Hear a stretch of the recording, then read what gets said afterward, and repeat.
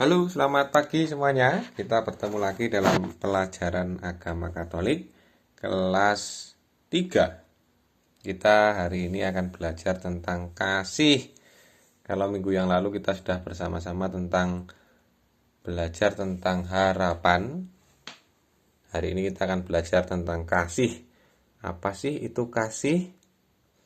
Untuk mengawali kegiatan hari ini, supaya proses belajar mengajar berjalan dengan lancar, marilah kita ambil sikap berdoa yang baik.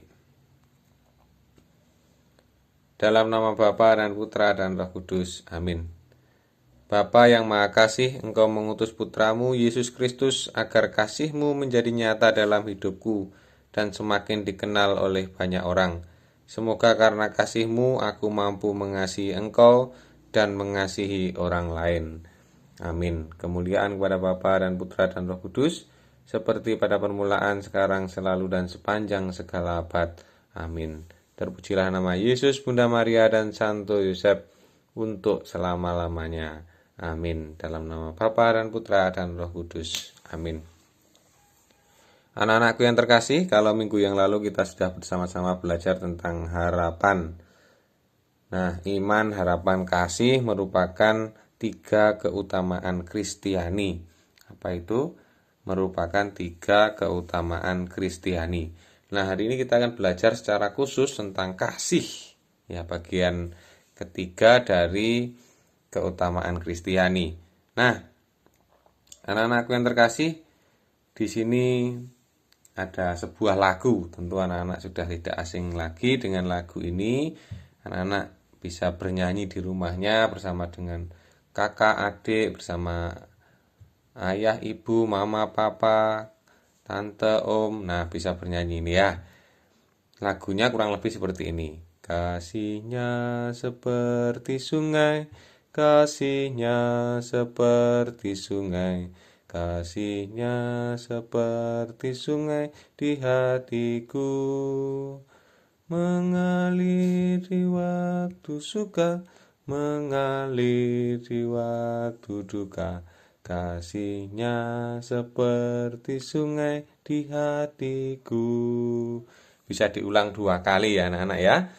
Oke, anak-anak yang terkasih, kita amati gambar berikut ini. Nah, kalau kita amati gambar yang pertama, yang atas itu ya, di situ ada seorang nenek ya, atau orang yang tua gitu, nyonya tua gitu ya. Nah, gambar berikutnya tiba-tiba ada 2 orang. Nah, ini tentu 2 orang yang berbeda-beda ya, dari gambar 2, 3, dan 4. Nah, sekarang kita lihat yang dibayangkan oleh nenek ini adalah mungkin Yesus gitu ya. Tapi ternyata yang datang beda-beda gitu ya. Yang datang ada pengemis, ada orang yang kelaparan, dan lain sebagainya. Nah, anak-anak, maka mari kita dengarkan cerita tentang ini ya.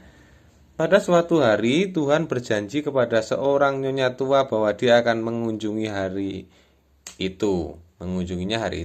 Tentu nyonya tua itu sangat bangga. Dia membersihkan rumahnya dan menatanya dengan rapi. Kemudian dia duduk dan menunggu kedatangan Tuhan. Tiba-tiba ada seorang yang mengetuk pintu. Dengan tergesa-gesa dia berlari ke arah pintu dan dengan tak sabar membuka pintu itu. Ternyata yang dilihatnya hanyalah seorang pengemis yang berdiri di luar, seperti gambar yang kedua. Jangan datang hari ini, pergilah. Saya sedang menunggu kedatangan Tuhan sebentar lagi. Saya tidak bisa repot-repot dengan kamu. Jadi dia mengusir pengemis itu dan menutup pintu. Ya, sambil marah mungkin begitu. Setelah beberapa saat terdengar lagi ketukan di pintu. Kali ini nyonya tua itu dengan lebih cepat membuka pintu, tapi yang dilihatnya hanyalah seorang tua yang miskin. Nah, seperti gambar 2 ya, gambar ketiga ya. Saya sedang menunggu kedatangan Tuhan. Maaf, saya tidak bisa mengurusi kamu lagi, katanya sambil membanting pintu. Buak gitu ya. Beberapa saat kemudian terdengar lagi ketukan di pintu. Dia membuka dan ternyata yang berdiri di sana adalah seorang pengemis. Ya, yang biasanya pengemis identik membawa dengan apa? Tempat untuk menaruh uang.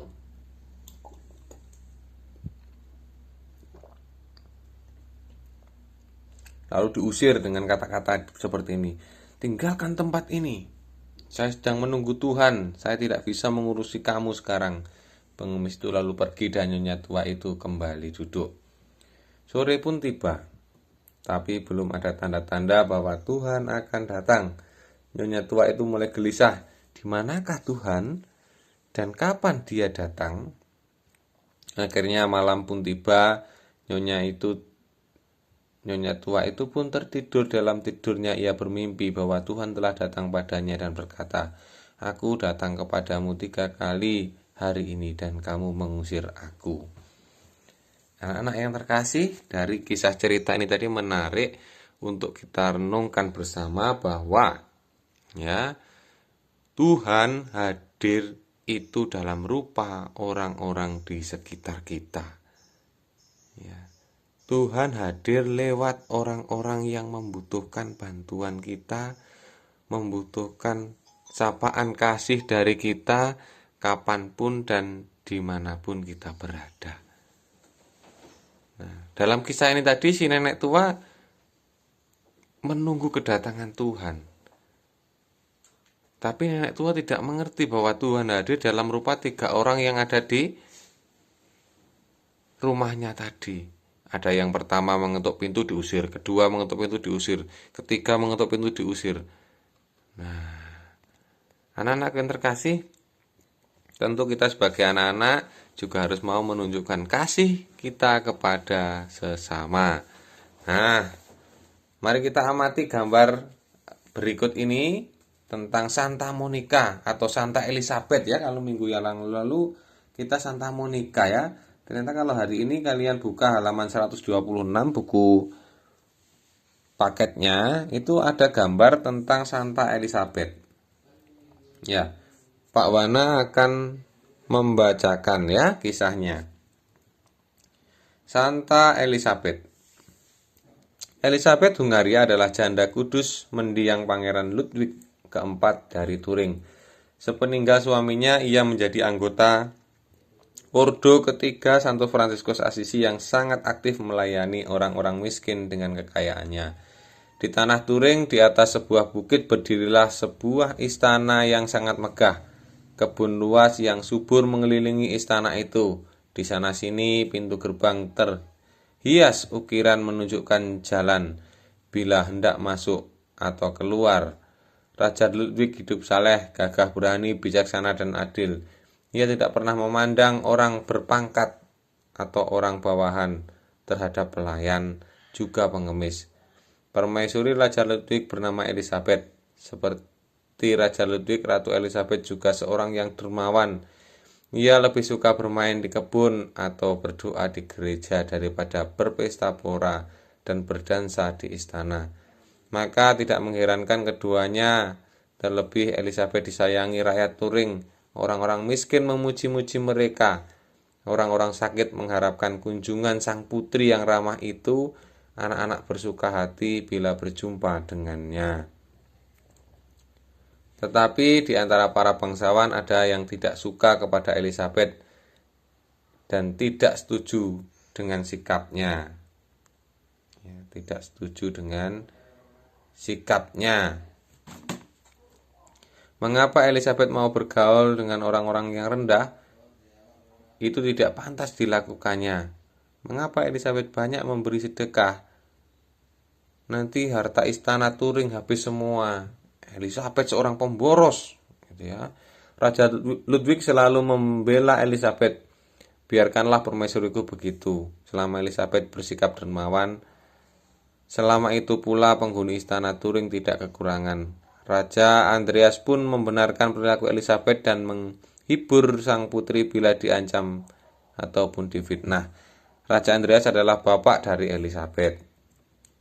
Mengapa hanya kedua raja itu yang membela Elizabeth? Rupanya hanya mereka berdua yang sudah menyaksikan tanda dari surga. Pada suatu hari di musim gugur, ketika Raja Ludwig dan Raja Andreas sedang duduk-duduk di serambi istana, mereka melihat Elizabeth di kebun. Putri itu baru keluar dari dapur. Ia berjalan cepat-cepat ke pintu gerbang belakang istana seraya mengangkat gaunnya ke atas. Apa yang dibawa Elizabeth di dalam gaunnya? makanan untuk para pengemis yang sudah menantinya. Raja Ludwig segera menghampiri Elizabeth dan bertanya, "Apa yang kau bawa itu?" Elizabeth terkejut dan dengan cepat menjawab, "Hanya bunga mawar saja yang kubawa, tuanku." Elizabeth sendiri tidak mengerti mengapa mengucapkan kalimat itu. Seperti ilham ilahi kata-kata yang keluar dari mulutnya. Raja Ludwig menarik baju Elizabeth dan bunga mawar segar dan harum terserak di tanah. Mengertilah Raja Ludwig, inilah tanda dari surga. Tuhan berkenan pada Elizabeth. Raja pun semakin sayang kepada permaisurinya itu. Kebahagiaan Raja Ludwig dan Elizabeth tidak berlangsung lama. Raja Ludwig wafat akibat penyakit pes yang dideritanya ketika ia berada di medan perang untuk menolong negeri lain. Tak lama setelah kepergian Raja Ludwig, Elizabeth dan ketiga anaknya yang masih kecil diusir dari istana oleh para bangsawan yang membencinya. Elizabeth pergi kepada rakyatnya dengan harapan bisa tinggal di antara mereka, tapi rakyat takut melanggar aturan dari istana. Mereka tidak boleh memberi bantuan kepada Elizabeth dan anaknya. Rakyat menolak, bahkan tidak mengakui sang permaisuri. Meskipun kecewa dan sedih, Elizabeth tetap sabar menerima semua ini. Ketika para bangsawan yang setia kepada Raja Ludwig kembali dari medan perang mengetahui bahwa Elizabeth diusir dari istana, mereka sangat marah. Mereka mengirim utusan untuk mencari dan membawa Elizabeth pulang ke istana. Dengan penuh rendah hati, Elizabeth menerima permohonan maaf para penghuni istana. Demi ketenangan tanah Ludwig, dia pun bersedia kembali ke istana.